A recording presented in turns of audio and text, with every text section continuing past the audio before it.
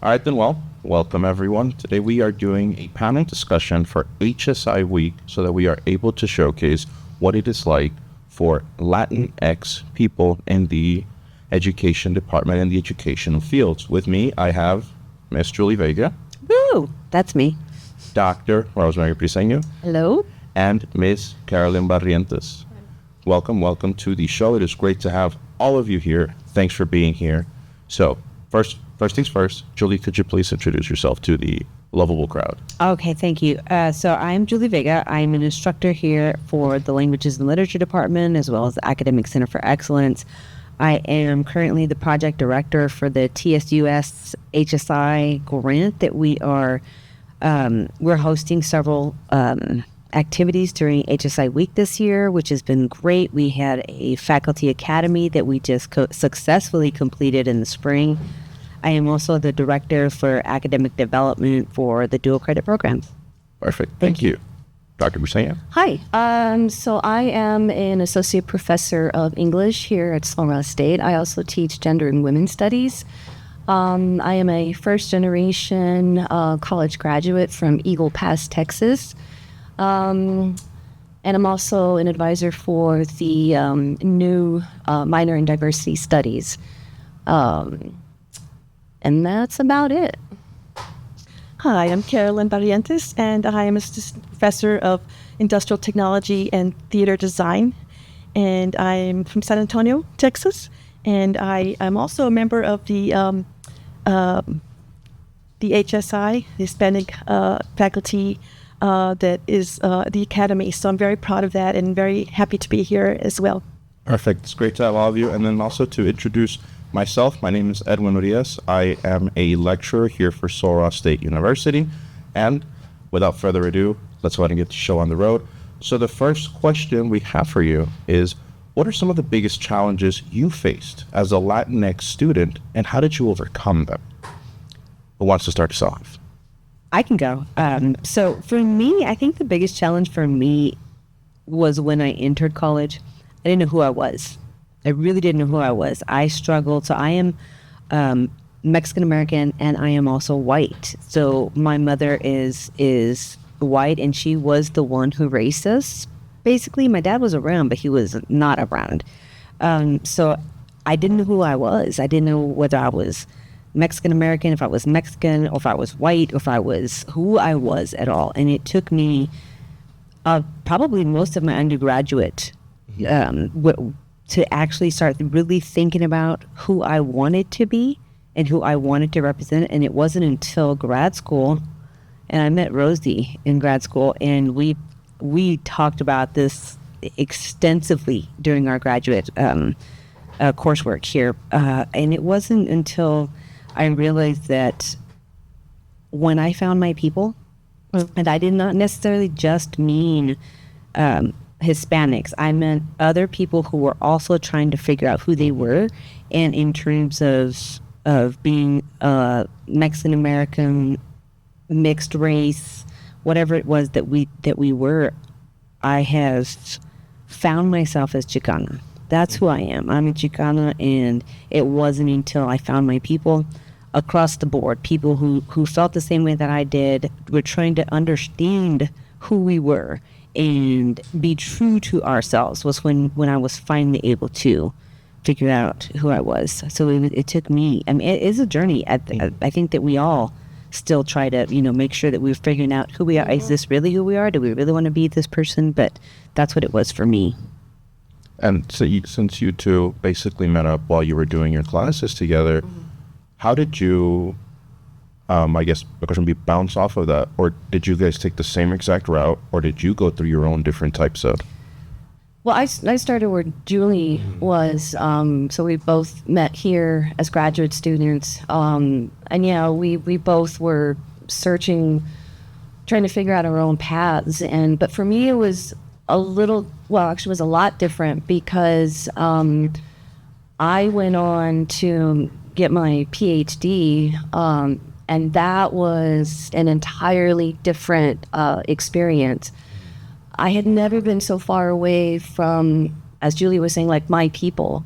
I went to graduate school at Washington State University, which is very close to the Canadian border, and I didn't hear Spanish. I would hear all sorts of other kinds of languages, and I felt literally like a fish out of water. I was very lost, very anxious-ridden. And then in the classroom, I dealt with something that was very new to me, which was imposter syndrome. And the idea of imposter syndrome is where you feel as if you don't really belong there, like you got there from some fluke. And then I remember going into one of my first seminars, which were very small, so maybe about 10, 15 students. And everybody else seemed to be so much more prepared. Everybody else seemed to know much more than I did. But as I was going through that journey, one of the struggles was alleviated by finding my mentor, and that was Dr. Victor Villanueva. And he was just like I was, and he recognized me right away. He recognized my struggles, and he literally pulled me out from like this whirlpool that I was drowning in. And then he told me, he said, this imposter syndrome, everybody else is dealing with it too. It's just that you're not hiding it as well as other people are.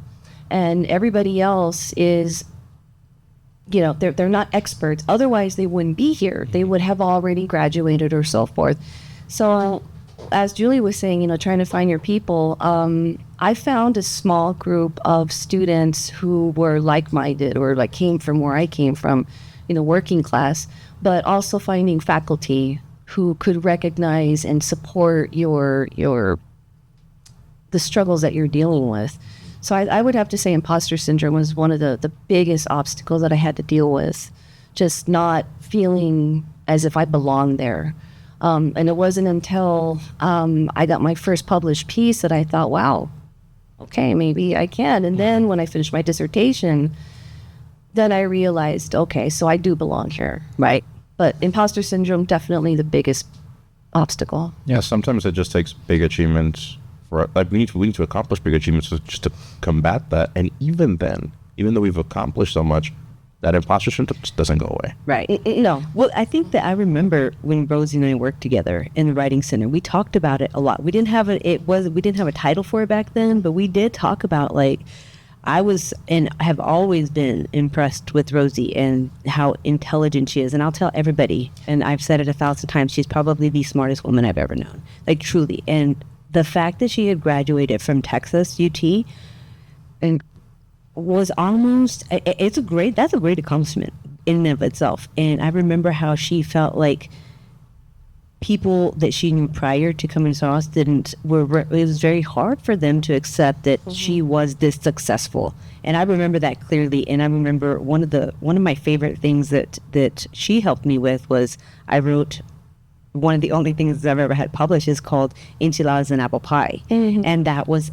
we were having this discussion all the time about how I wasn't Mexican enough. She wasn't Mexican enough. Neither one of us were Mexican enough, if it was because of our skin color or because we didn't speak Spanish well enough or even understand it enough. So these are things that we've been struggling with. It's been 25, 30 years that we've, really truly been when we first really found each other. And those are those moments that I always look back on those things. I look back at those times of when I really truly struggled and when I really was trying to find myself and who was there.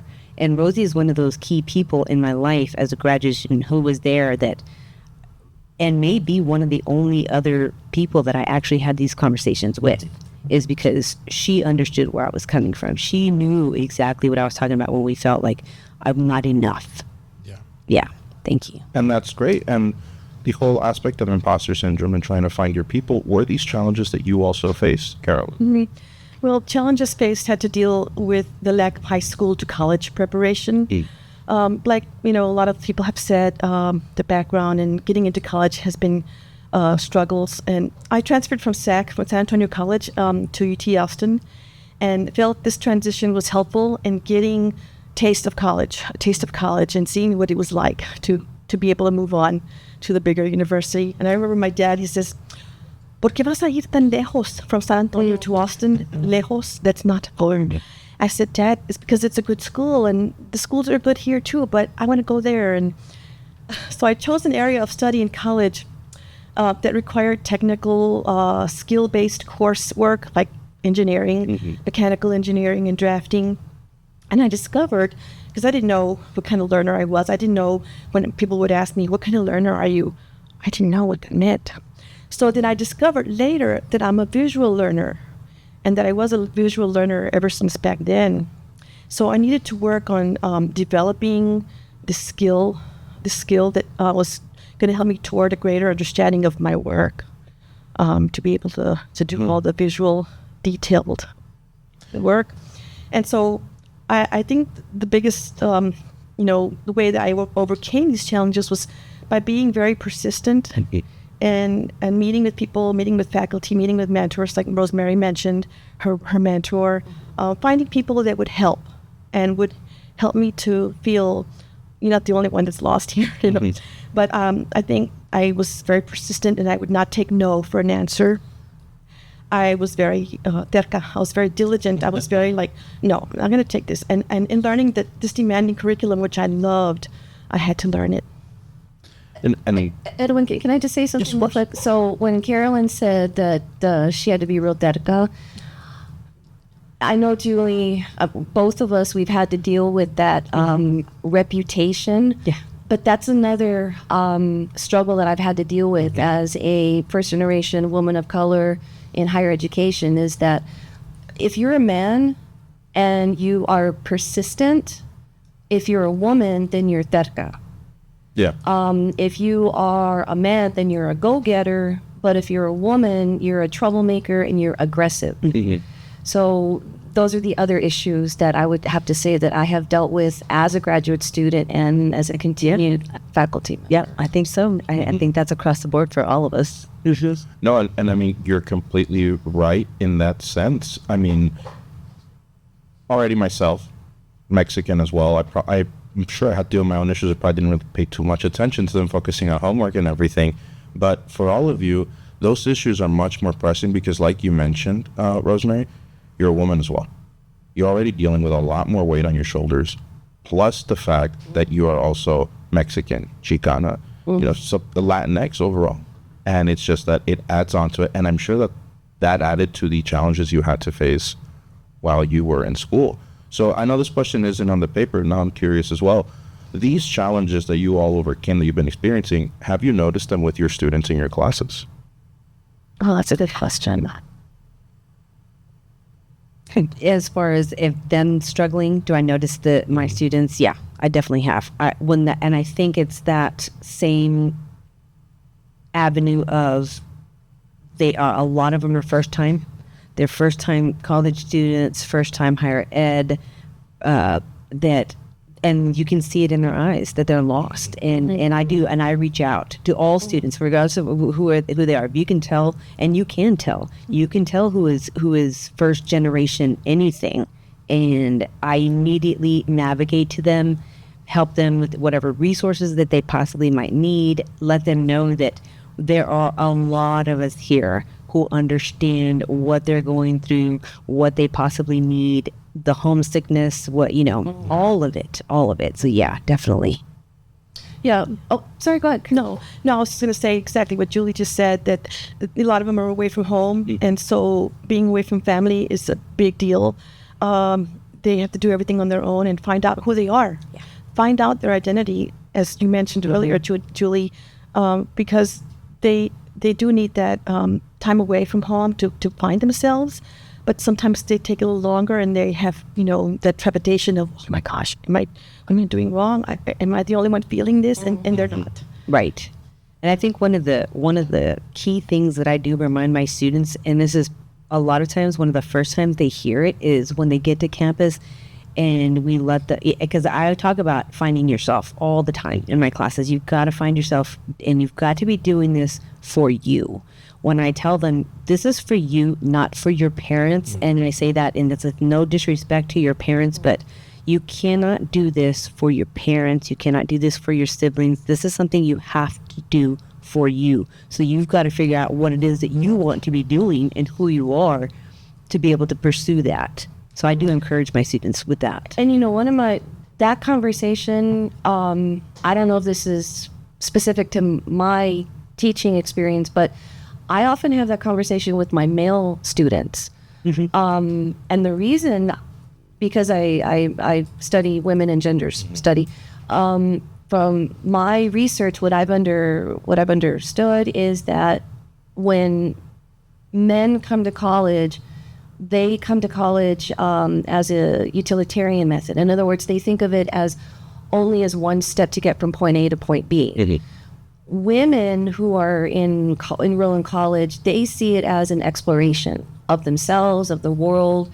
And so they are much more immersed, much more invested in their college experience. But for the men, if they don't see immediate results, then they're much more likely to just quit because they see, oh, I can get a job and I can get money. What do I have to take these courses for self-exploration? So not that I negate my female students, but I often find that that question, like, what am I doing here? And it's difficult trying to talk to the male students going to college and thinking of themselves as students of the world, because that's not what they're thinking. And most of it has to do with the way that they were brought up. It's just this idea of masculinity, that men are supposed to suppress their feelings and women are supposed to express them. So what I try to do in my classes is I try to purge that idea that men are not supposed to feel, and that they're supposed to appreciate the world that they live in and the text that we're studying. And so that's just, I don't know if it's unique to me. I don't think it is. Well, I keep smiling because I immediately know of a very specific student, and I'm going to say his name because he is such a success. And he came through my classes first. He came through my writing courses, and his mentality was, I've got to get through this because I have, it's up to me. I'm the man of the family. I am what I need to do. And the changes that he made after taking your class have been amazing. Even his entire mentality, Briseño. Yes, now you know what I'm talking about. Yes. He has been, and he even came back and told me, like, oh my gosh, she just taught me how to be me, what I needed. And now his goal in life is not to get a paycheck and simply do that. He is there to inspire and encourage, and I've seen it through a lot of his stuff. So when you talk about helping those men and young men understand that, and he's one of my favorite people ever. And you made that change. I don't know if you've realized that or not, but I did. I have seen that, and he continues to be that person. I'm so proud of him. It's because he's his nationality is, I want to say it's African, but I can't remember. I think he's from Ghana. Okay, Ghana. And I better know. Well, African men in general, without stereotyping, are very, very masculine, very machismo. And I remember he was in my gender and women's studies class. And I remember seeing him, and he was very off-put by the things I was telling him. And then probably about October, which was midterm, is when he started to change. And now he's posting pictures of himself and his baby boy, cuddling him and taking a very active role. And before that, his students, the way that he embraces his students is not a traditional male coach, kind of hitting it hard with them. Oh, sorry, hitting it hard with them, but that being able to have that kind of an impression on a student is what I think we all strive for, to have that kind of impression on our students. And to bounce off of that, it's true because in a Mexican household, first things first, the biggest thing you're taught is la familia es todo. Family is everything. You're going to college so you can provide for your family. as the boy, you're supposed to get a successful career, a successful job, so you can provide for your family. And it's no mystery, no secret that most Mexican families, when a girl says she wants to go to college, they're like, Yeah. just to pass the time. Se le va a quitar. Right. It's like, no, like not nowadays. Nowadays, everybody wants to strive for whatever career choice it is that they want to do, whether it's in higher education, whether it is a technical service, or even something in the labor force. It doesn't matter. Nowadays, everybody strives for that. But because of the Mexican culture, still a lot of students nowadays are just, I need to get there, I need to get my degree, and I just need to leave. Right. And that's how they feel it. And to bounce off the whole imposter syndrome, I've been curious about this because you work with the theater arts. Are your students better at hiding that imposter syndrome than students who don't take theater classes? That's a great question. I don't think I've ever heard of the imposter syndrome theory. So to me, that's something that I have to look further into. But I don't know. That's a really good question. I have to kind of Something to look out for, man. more. Yeah, absolutely. All right, so let's go ahead and move to the second question. How has your education impacted your family, both immediate and extended? I'll go first. So, which is as when it came to my education, so my parents never discouraged me, but then they didn't encourage me either. I did have one great aunt who was she was a college graduate. She went to Sul Ross. Actually, she created the geography department here, and she was very encouraging of that. When I made the decision to come to college, for one, and I tell students this all the time, don't do it for the reasons I did it. I did it to try to prove people wrong, because I was always, you're not going to be. Always told that for whatever reasons. And my dad was very, I want to say against it, not against it, but didn't think that it was going to be worth it. Like, what's the point? Why are you going to go to college? You already have a job.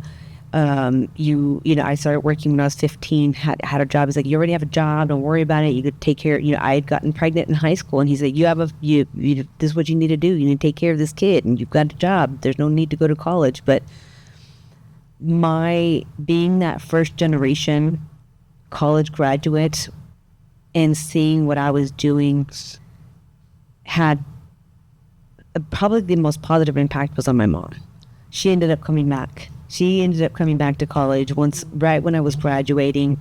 And that was a struggle. That was a huge struggle with them, as my dad was no ma'am, you are my wife. He had that very old school mentality. You're my wife, you belong here at the home, and you need to be doing this, and this, and you have no business up there. And that was a fight. That was a real argument between him and me and her. And he finally came around probably about 2 years into her undergrad degree. And she ended up going on and getting her bachelor's degree and 2 master's degrees, and worked up here for 20 years and finally retired. And so that's probably one of the most positive that has come out of it. I think the way I raised my children was different than what my parents did, the way that they raised us when it came to education. I was very, very encouraging, very motivating them to. They've been writing in journals since they could write. Kindergarten, 5th, 5th. I know they tell people all the time. Yes, we had to write journals, just like she makes her students do. But that is just continuing on with them throughout their lives. They're all older adults now, and they still do it. So I'm proud of that. That's great. That's fantastic to hear, honestly. Who would like to? Well, for me, it has given me a really good base, having a degree as an undergrad first, and then being able to move and further that credential. My husband and I were married early, so we had this journey together. It was a really amazing journey. And for me, it was creating this base so that maybe one day I could say, yes, I do want to be a 2-income household. Mm-hmm. 2 incomes were important, even back then. Now it's more important. But the career has taken me various places all over the U.S. and in Mexico as well to further my goals. And my extended family has also seen an influence in that my nephews and my nieces are now considering college seriously and seeing me and my husband as a role model, for example. Oh. And even my son is college student, so they see us as a family, and they say, you know what, it's a great way to earn a living, what you're doing, and it's great to see what goals you have attained by going all these extra, things Exactly. of undergrad to graduate and so forth. So being looked to as a role model is a good feeling, and I'd like to be able to have them continue that tradition with their children as well. That's fantastic, honestly. It's great. Well, let me preface my response by saying that I love my family. I do. But I am a black sheep of the family. I come from a long line of people in law enforcement. My father did not graduate from high school, and he went straight into the Army, and then sheriffs, and then Border Patrol, and then finally with Customs, and then, of course, Homeland Security after 9/11. And he retired from Customs, I can't remember when, but after close to 40 years. And then my brother also followed in my father's footsteps. I think he was DEA, and then he was, can't remember what else he was. Now he's Border Patrol. My sister was a police officer. My older sister just retired from Customs as well. Brother-in-laws, cousins, they're all in law enforcement. I am the only one who has gone on to higher education. So Christmas time and Thanksgiving is very, very interesting. Facebook posting is very interesting. I've seen a couple. Yeah, so as far as how it's impacted my family, to be honest with you, at first it was negative. Because, and this is something that a lot of students from my experience have experienced. The more educated you become, the further away you become from your parents, from your family. Yeah. Because you are engaging and investing your time and your effort and your spirit into different worlds, different ways of thinking. And when you come home, and I told my students this, I said, especially in my gender and women's studies class, I said, when you go home for holiday, for Thanksgiving, notice the difference between you and your family. And so when we come back and I ask them, the majority of them say, yeah, it's very different now. Did you, let me interrupt you real quick. Did you ever get that, oh, you think you're better now? Oh, yes. Yeah, that's one of those that it Yes. Did hits you? hard. Oh, yeah. A lot, not a little bit from my family, because let me say this too, I love them too, but What? yeah, but yeah, I've had family members, close family members, throw that in my face. Yes. Oh, you think you're better now? Yes. Oh, you think you're better? A lot of extended families still feel like that about me, and I brush them off now. I'm just like, yeah, you know what? I'm not going to allow that to diminish who I am and what I've done. But the first time I heard that from my immediate family was very hurtful. Yeah. Oh, yeah, me too. I went to Rush. So was I. Then pissed. Yes. Yeah. Yeah. I mean, because for me, it reminded me of the crab theory, which is a sociological phenomenon, and it happens mostly, not mostly, but generally in small towns. Mm-hmm. So basically, what the crab theory is if you have a bucket of crabs, they're going to try to survive. So what they'll do is they'll climb on top of each other, and then when that crab gets to the very top, the other crabs will bring them down, and so no one survives. Right. So that is a phenomenon that happens in some familial circles, and that certainly happened with me. And I don't know if it happened with any of you all, but that's what is meant by, oh, you think you're better than that. Right. Yeah. Yeah, I was never told that by the family, but I could sense it. And some of my sisters went on and to get their college work done, but I like you, I was the only one that went on to graduate school. And have a career out of it, teaching now at the higher education level, and no one else did but me. Yeah. So, and for me, I was like the black sheep as well, because we left. Yes, We left, and we kept leaving to Yes. further our credentials. Yes. Because what we wanted to do wasn't locally available. Right. And that's one thing that they'll never understand, but they had to accept, because I was still part of the family, and I didn't change my ways because of how they felt. Like you, Julie, and like maybe you, Rosemary. We keep going, and we know what we want and what we want to do, and it makes us stronger because we go back and teach them, I think. We try to. Try to. Or they'll see us as, oh, that's pretty cool what she's doing, and yeah, I see now why. I guess after a while they accept it, but it's very hard. It's very hard because you do leave, and you do have to be away from Christmas, birthdays, graduations, funerals, all those things. We were gone a lot. So And it's funny because I getting a little. I want to give you a little anecdote here. I'm very much an inside person. I'm not like a social kind of person. I didn't have a lot of friends growing up. I didn't go to prom. I didn't have a lot of boyfriends. I was the emo kid while everybody else was listening to, I guess, rancheras and mariachis or what have you. So again, in Eagle Pass, Texas, it's a border town. I mean, I just stuck out like a sore thumb already, and I just never went out anywhere. And it's funny because my parents look back and say the one person who never went out is the only person who ever left. Nice. Yeah. So I take that as a compliment. Yeah. Yep.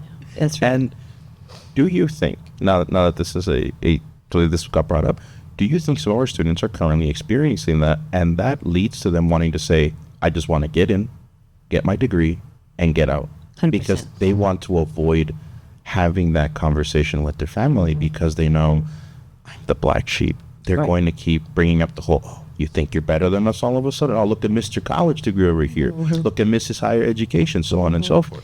yeah, Do but you think that impacts them as well? that's a great question you bring up. I think that most students, some students might feel, being the black sheep, I'm able to be stronger and being able to find out who I really am and what I want to do, and then I can always go back home.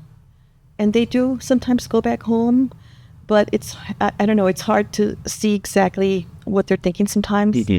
But that's just how I'm thinking right now. What I've noticed with a lot of my students is that they're not getting those types of feelings or comments from their immediate family as much as they are from their friends.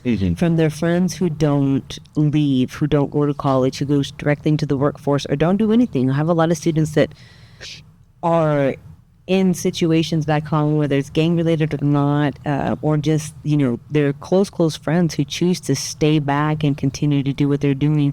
They're getting that type of harassment more from them than they are from their family. A lot of my students, when they say they don't know who they are, they don't know what they want, they're doing this for their parents, that's when that whole conversation comes up about, you got to do this for yourself. And Melissa, I've already been, I got my friends who are texting me like, what are you doing there, bro? Just come back. There's no point. They're getting it more from their friends and that group than they are that's what I'm seeing right now.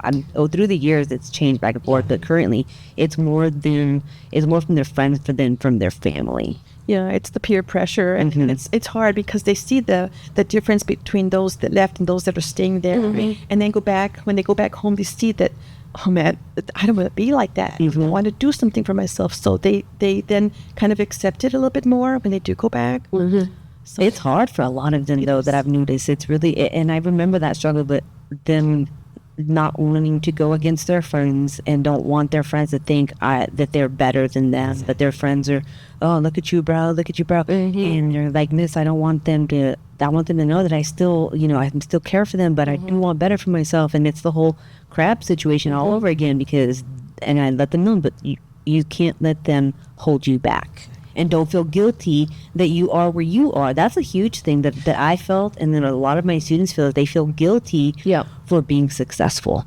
And part of that is actually sociological phenomenon called intracultural ethnic harassment. So it's basically All the words. She has the. She knows all the words.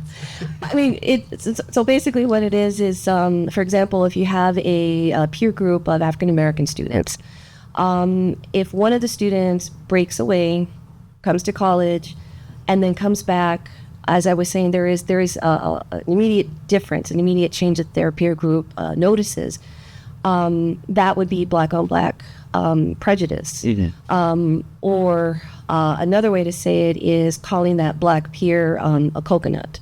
So black on the outside, white on the inside.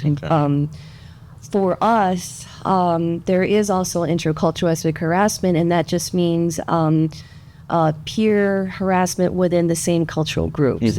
So that also happens within our family. So when friends would say, "Oh, you think you're better than us," that would be an example of that. And so I think Julie is right in the sense that it has changed, because we've all been teaching for a while, A long time. a long time. Oh, you know, we tried 25 years. 25 years. Gotta show off. That's right.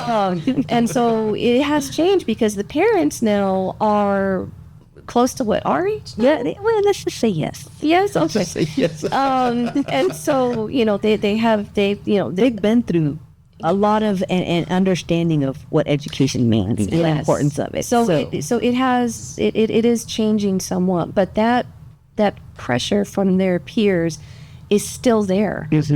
And I think that's something that us as a faculty of color, we need to be able to recognize that. Right. And it comes back to this whole, feeling of, well, yes, you are here now and you've done this now and you're successful, but don't forget where you come from. Don't forget where you come from, because those are your roots. And everything has to have a root to grow. That's right. So, I kind of just wanted to. Oh, I like that. I do. I like Oh yeah, that's great. And honestly, I can say I'm privileged enough to say that luckily my friends have never done that to me, from what I've noticed, obviously. But luckily they've never done that to me.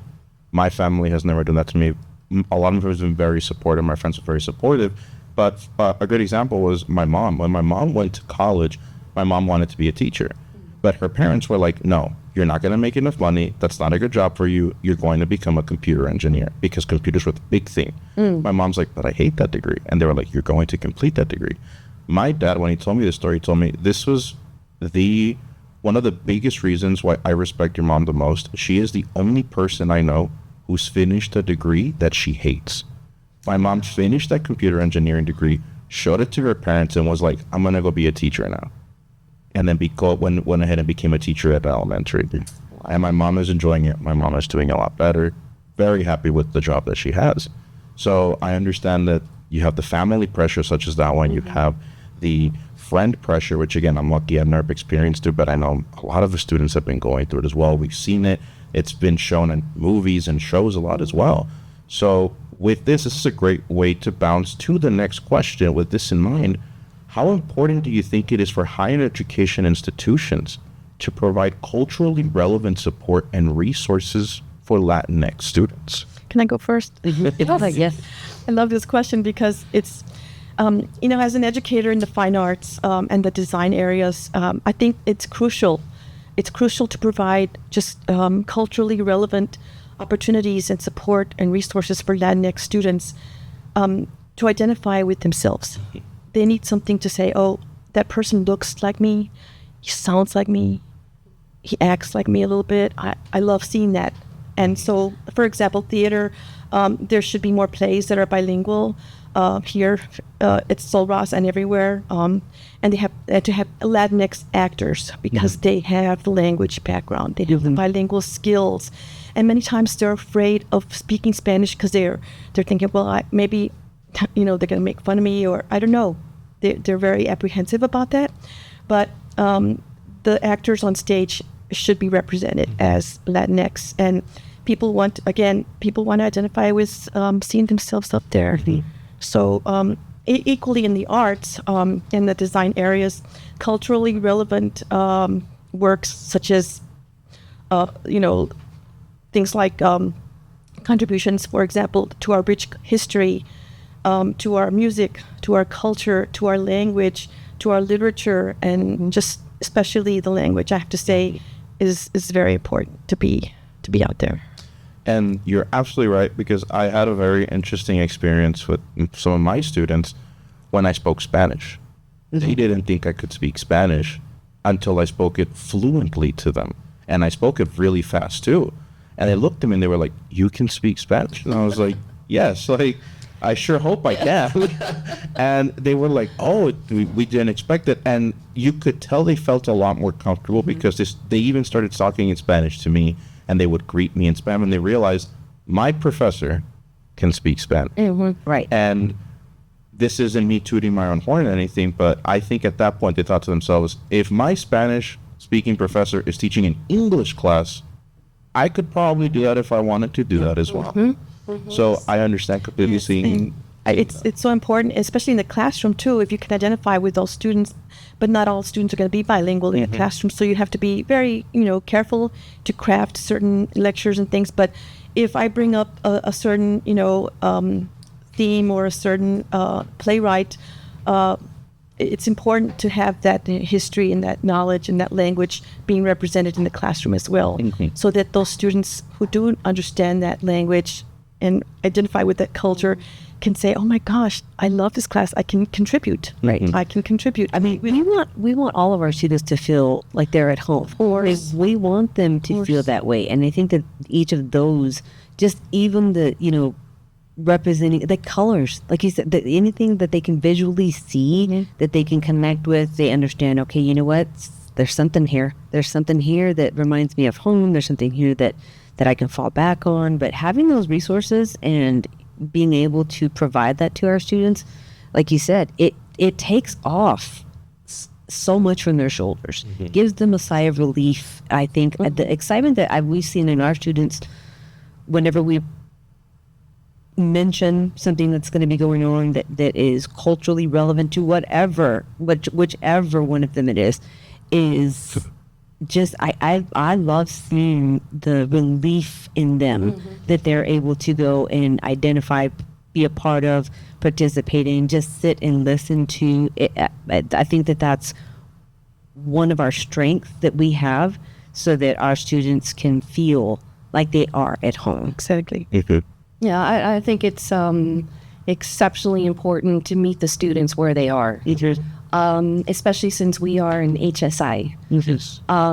It starts with recruiting faculty of color, because when the student comes in, they sit down, they're already homesick, they're already separated from their little cell of comfort, and then they look up and then they see somebody who has a last name like Vega or Barrientes or Briseño, and they are able to connect across, from the lectern to where the student sits. It makes that transition from home to the classroom much easier, I think. But more importantly than that, I also think it's important that we as instructors, that we make ourselves human to our students. So one of the first things I tell my students is that, I may have gotten a PhD in English, but the first time I took English, I failed it because I didn't know what I was doing. I wasn't taught to know how to read critically. I came from working class and I had to fight my way up here, so I didn't have any support. So if I can make myself human and full of flaws and let them know that I understand where you're coming from and I know how difficult it is, I think that makes that journey, that transition just a little bit, gives you hope. Yeah, it gives them hope when they hear those types of stories. Because when they get into the classroom, you are already that authority figure. Right. Yes. And for most of for most of my students, they've never had anyone in the classroom at that level meet them on their level in terms of, we're the same. We have had these struggles with you. And maybe that's where the higher education comes in, because I don't know, public school, I don't know how personal they can get or they do get with their students. Well, it's very interesting. Interrupt you real quick. Very interesting to bring that up. A conversation I have with my students at the beginning as well is I remind them that, just like Rosemary said, we're human. Because I've heard high school teachers say this. I see this all the time online. High school teachers like to tell students, this will not fly in college. You cannot ask your professor these questions in college. Your professor will not do X, Y, and Z for you in college. Students coming to college, freshman students, I've experienced this. I've had to tell students this, where they will not interact with the class. They will not ask questions because they were told since high school, I'm just supposed to sit here and listen to the professor and not ask them for help in any way because they will not do it. And I tell them, sad. like the college professors are not the educational boogeyman. If anything, we're the ones you connect with the most. I mean, I always crack up when I see this. I always see a picture online where it's a high school teacher telling them, your college professor will not let this slide. And then the next picture is a picture of the actor Oscar Isaac in wearing a beanie, in a sweatshirt, eating hot Cheetos with the chopsticks. And it's like, yeah, I'm pretty sure some college professors can work like that. And I mean, Right. Well, which is it all goes back to they identify. They can when we give them that. I don't like. Oh, that's so frustrating that they're being told that, because once they get there, but that again, you see that relief once they hear your story or they hear situations you've gone through. They just sit there in awe of, wow. So I love that. I love that they're able to connect with us that way. I do want to act like a teacher here for just a second. Okay, I do have to say that yes, I'm human. I make mistakes, and I tell them all the time, if I screw up, please, by all means, let me know, whether say you're in class or email it to me or what have you, because I don't know everything. However, I do hold them to a standard. Oh yeah.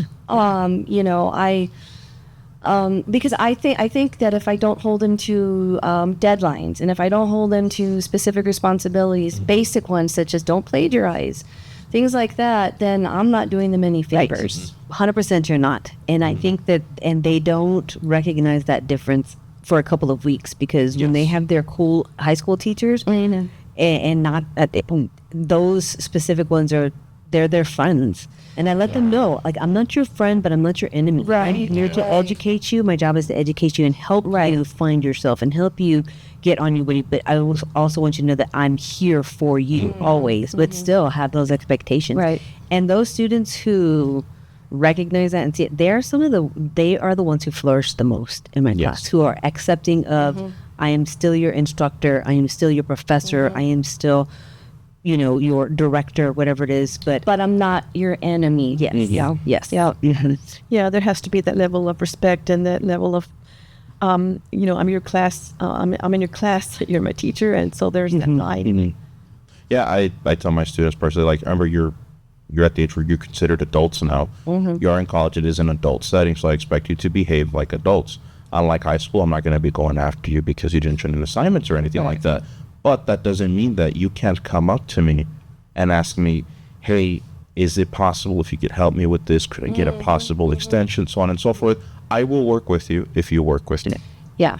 I always tell them, I'm going to meet you. I'll be at the 50-yard line. Yeah. But I'm not going to, I don't know football. That's I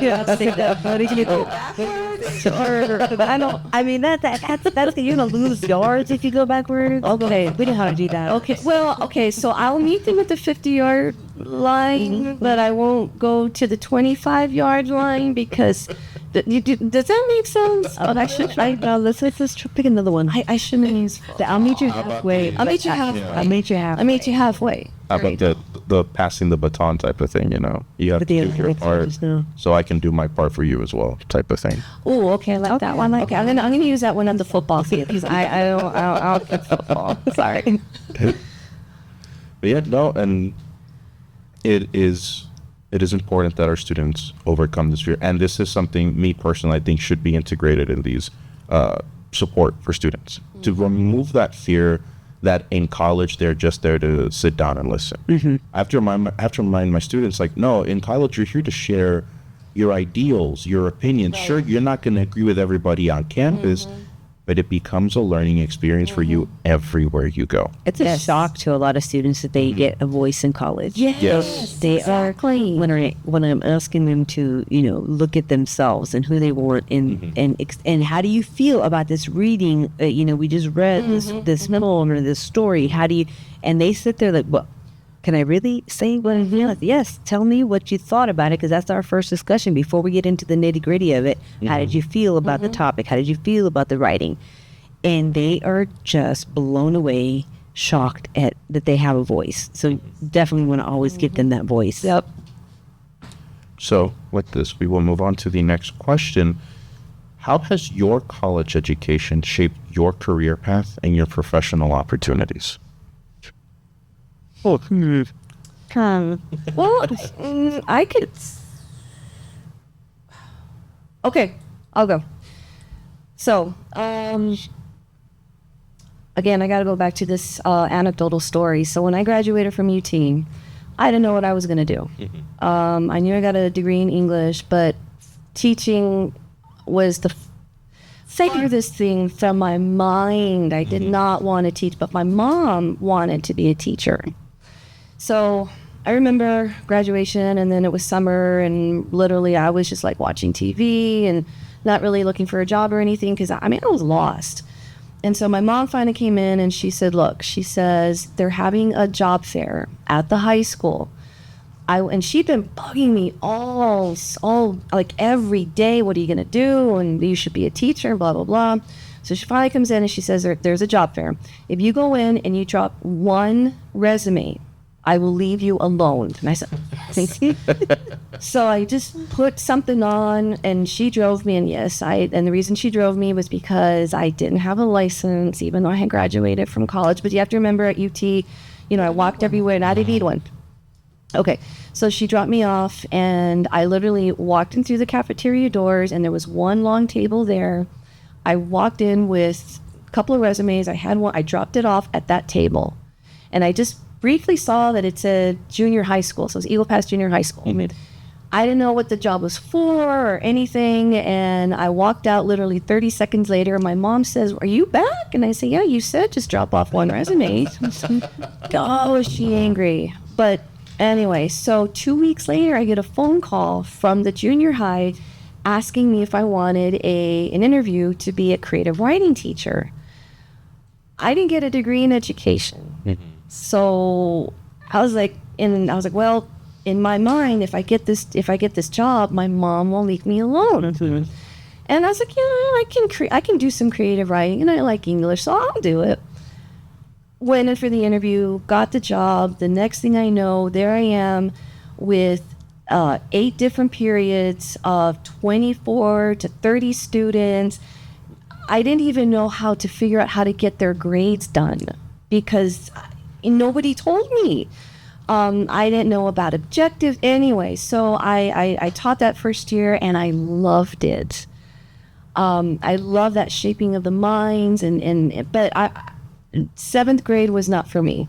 And 7th grade is tough. You've got to be a minister, a coach, a psychologist, a mother. It's hard, but I like the teaching aspect of it. So that's when I came here. And I decided that I was like, I want to teach, but I want to teach at the higher education level.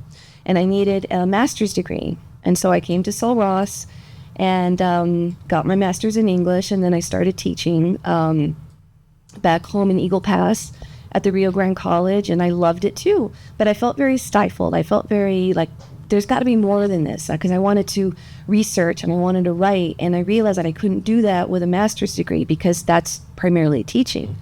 And so from Sul Ross, I started applying different places, and I got almost a full ride to Washington State University.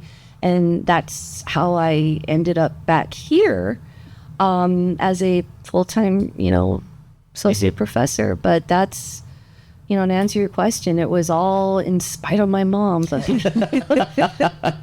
it's funny, because I remember when we graduated, when I got my graduation, my master's from Sul Ross, I'd written her a letter, and I said, if it wasn't for you, I wouldn't be here. And I remember that. Yeah.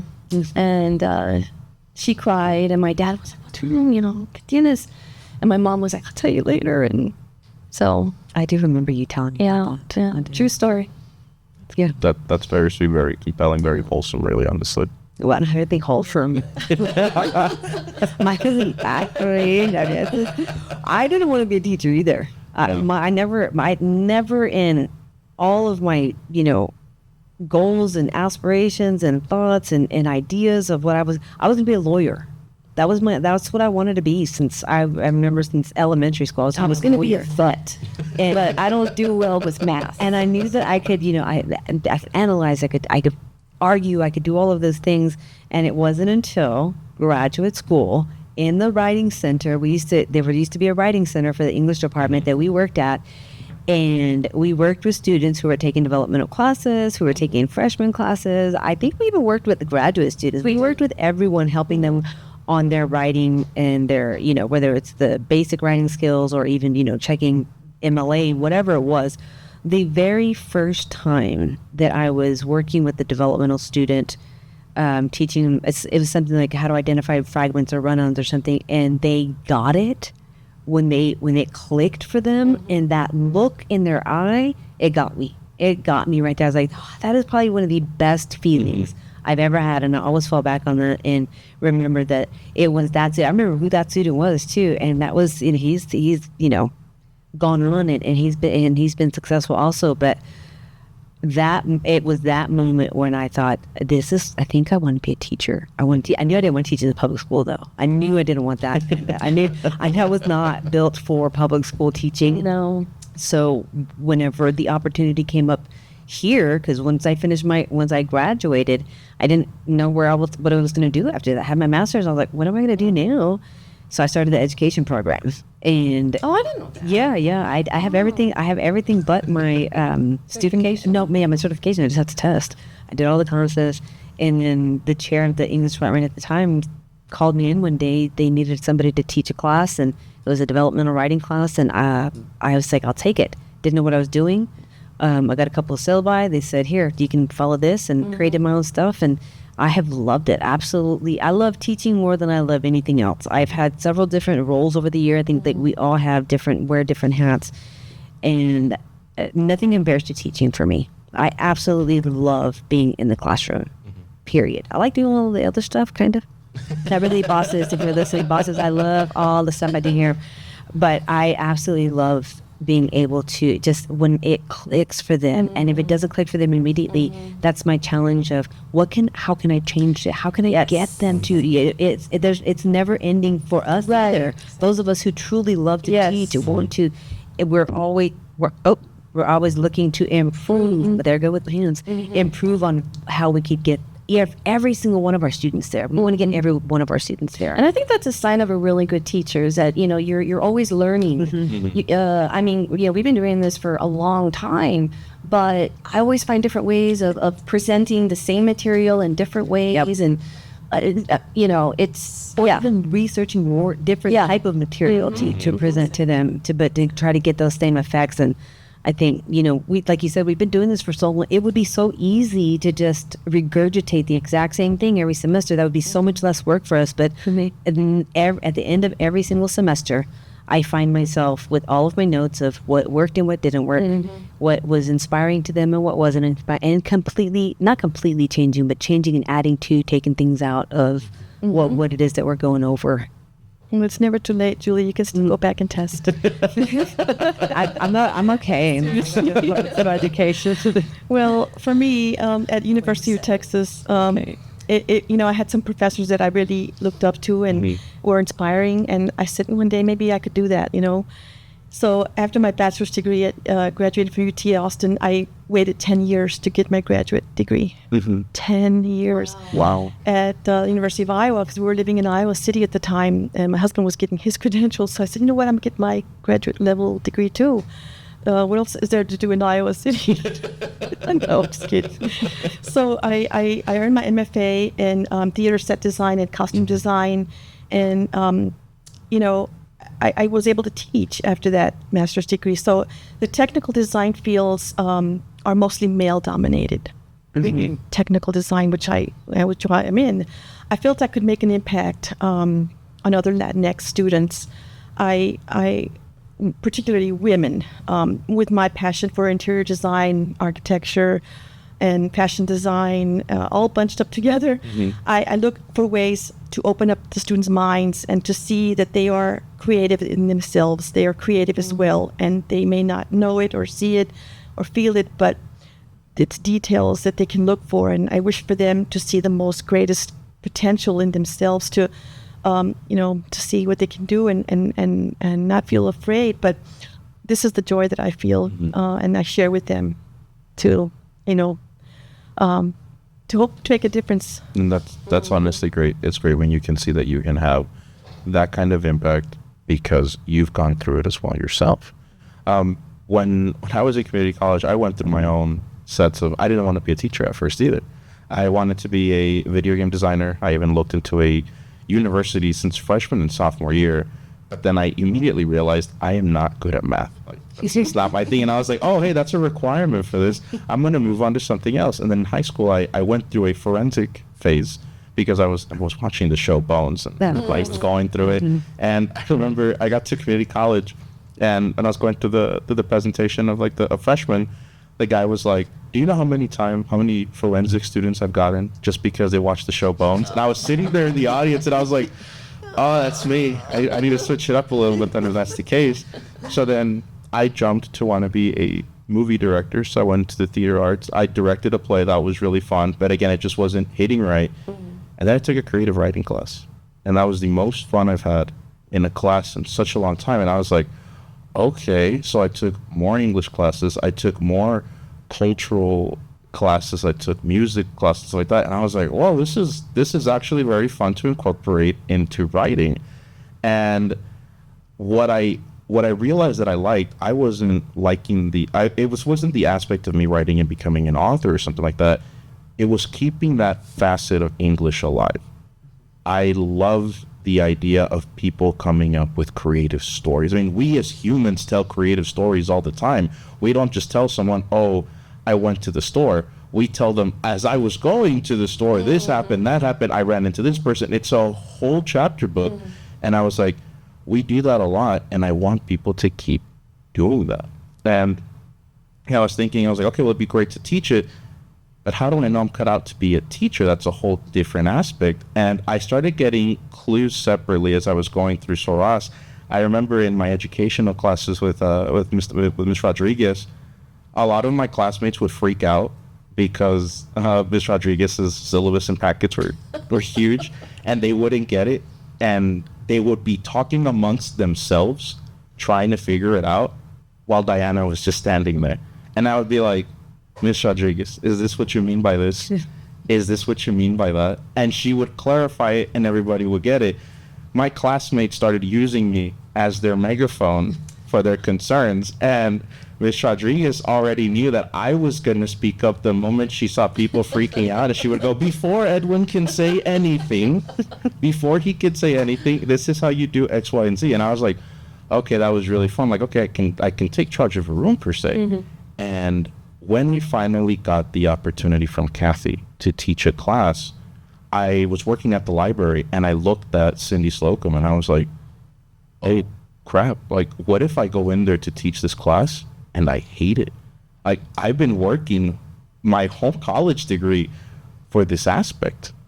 And the moment I walked into that class and I gave the lesson, everything fit naturally. Yeah.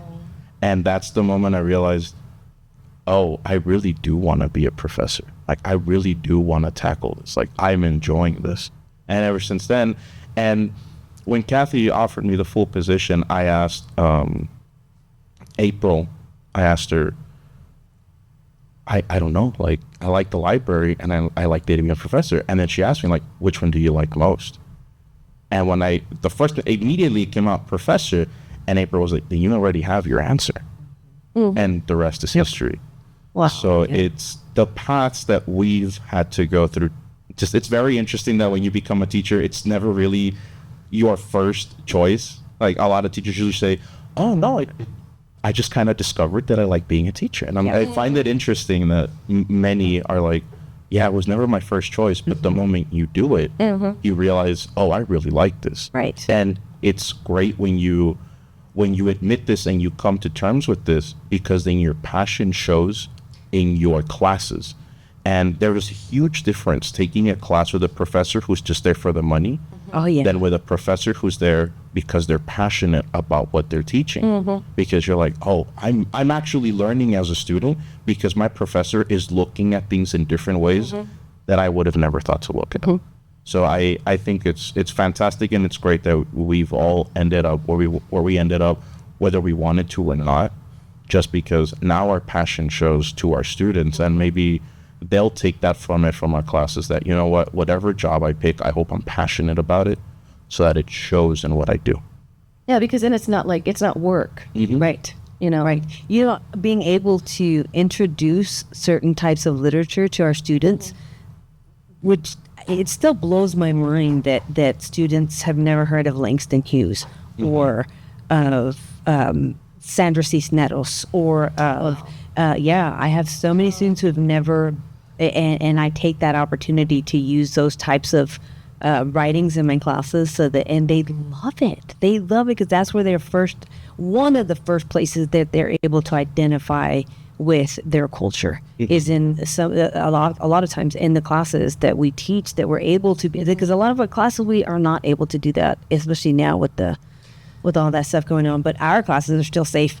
Yeah. And I'm so grateful for that, because I love introducing those authors to these students. These students don't, I don't know what's going on, and never mind.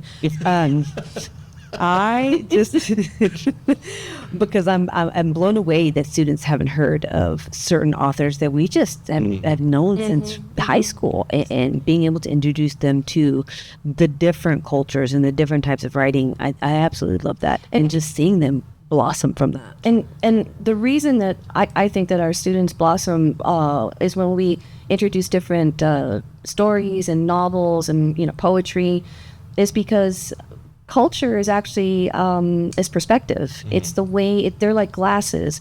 So when you put your glasses on, the world becomes clear. You see things in perspective that is specific to you. But you can stay in a trap when you put those same glasses on. So what literature does is it gives our students different perspectives of looking at the world.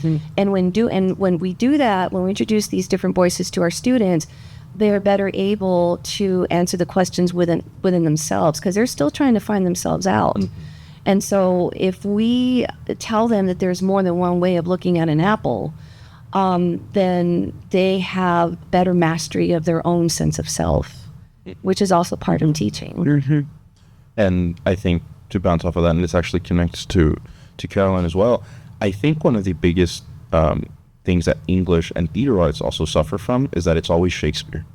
And In high school and everything, it's always Shakespeare, and when they get to college, they think, more Shakespeare. Oh God, more Shakespeare. And it's like, no. We got others. We got others. well, I'm glad that you said that, because for the last couple of semesters, when I bring up Shakespeare of any form whatsoever, they have not had any Shakespeare in high school, which has been blowing my mind. Yes. Oh, okay. I have not, in the last couple of years, even this last semester, when I break up an illusion of to be or not to be, and they don't know who that is. They don't know where that's from. Wow. When I talk about Shakespeare, they tell me they've never did any Shakespeare in high school. I don't know.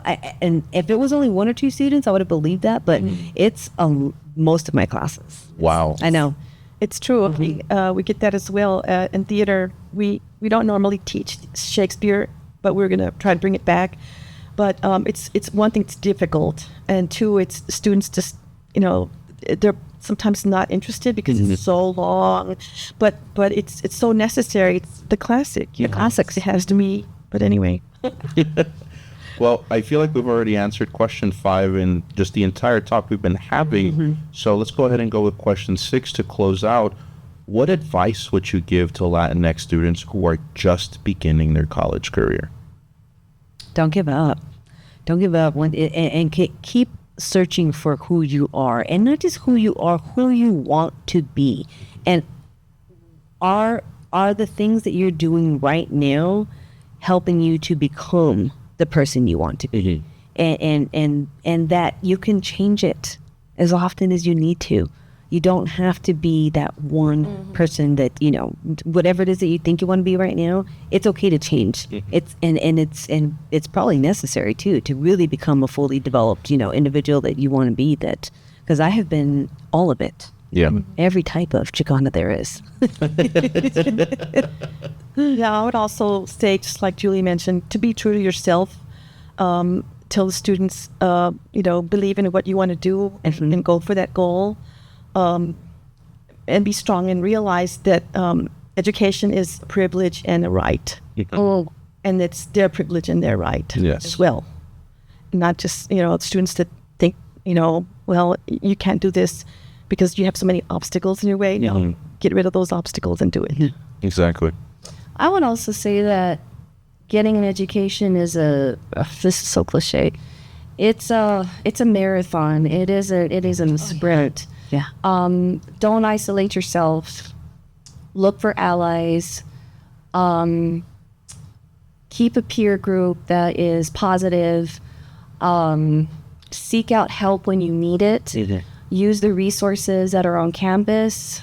There's no shame in going to our counselors if you need to talk it out. Because anxiety, depression is, you know, how is it different from a broken arm? You know, it's you know, medication or talking it out. Don't be so hard on yourself. Try not to be a perfectionist. Allow yourself to make these mistakes. Be gentle. Love yourself. And take pride in those little. Take pride and joy in those little. Those little wins. Maybe it's like you got a good grade on a quiz, or your professor made a comment where you did really well on a journal, or you said something, you know, really insightful during class. It's those little things that add up to an overall positive experience in college. Giving them that confidence. Yeah. Helping them build that confidence. But don't do it alone. And again, be gentle on yourself. Yeah. You know, love yourself. Give yourself grace. Yes, allow yourself to make mistakes, because we all make them. None of us are perfect. We're all dealing with our own issues and our own demons. But what happens is some of us stay inside within that pit, and then we can't see a way out. And that is, you know, compounded when you are away from home and you're homesick and you're dealing, because in college, you know, we've been talking, you know, how college is a very positive experience, which it is. But realistically, for a lot of our students, it is a huge transition. Because even though, you know, we're not your friend, but we're not your enemy, at the same time, we are putting these standards on them. At the same time, we are, you know, they're pulled away from their home and from everything that they feel comfortable with. And especially our students who come from, you know, from urban areas, coming to Sul Ross in the middle of nowhere, though it's beautiful, is a huge learning transition.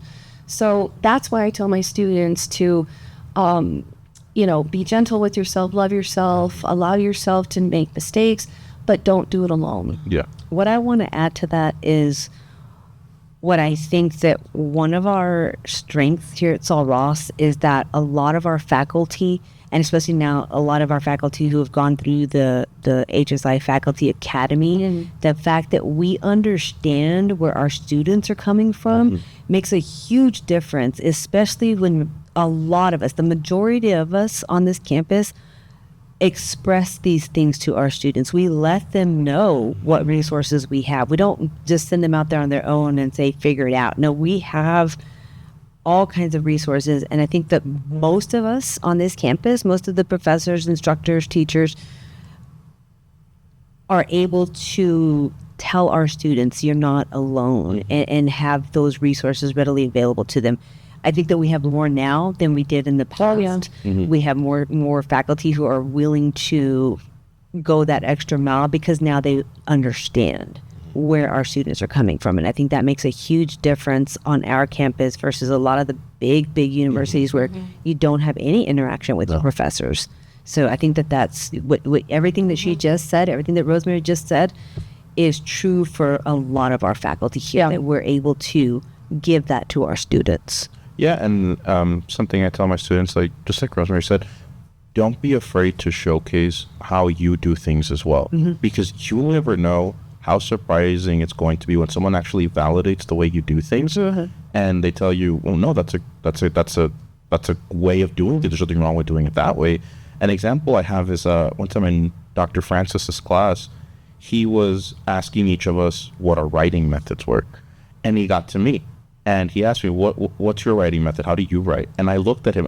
I don't know why he said this. I guess I was feeling sassy that day. I told him, I was like, do you want an honest answer or do you want the answer you want to hear, Dr. Francis? And he looked at me and he's like, well, I would prefer an honest answer. And I was like, oh, okay. And this can get bleeped out if it needs to. But I told him, I was like, oh, I bullshit my writing. And he looked at me and he said, and everybody in the class laughed.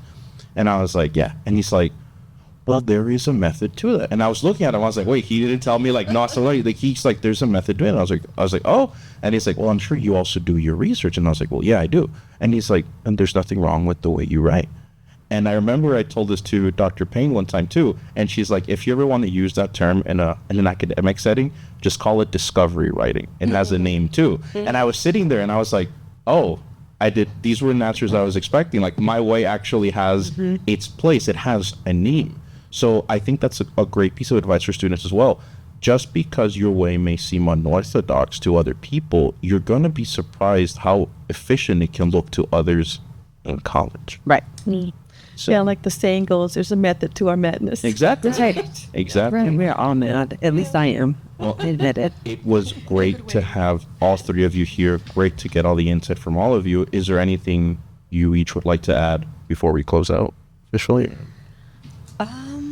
I can't think of anything No? else that I want to add to it. Thank you so much for having us. No, thank you very Appreciate much it. for being here. Thank you. Moderating it. Very great talk. And I think with that, we will sign off. Thank you.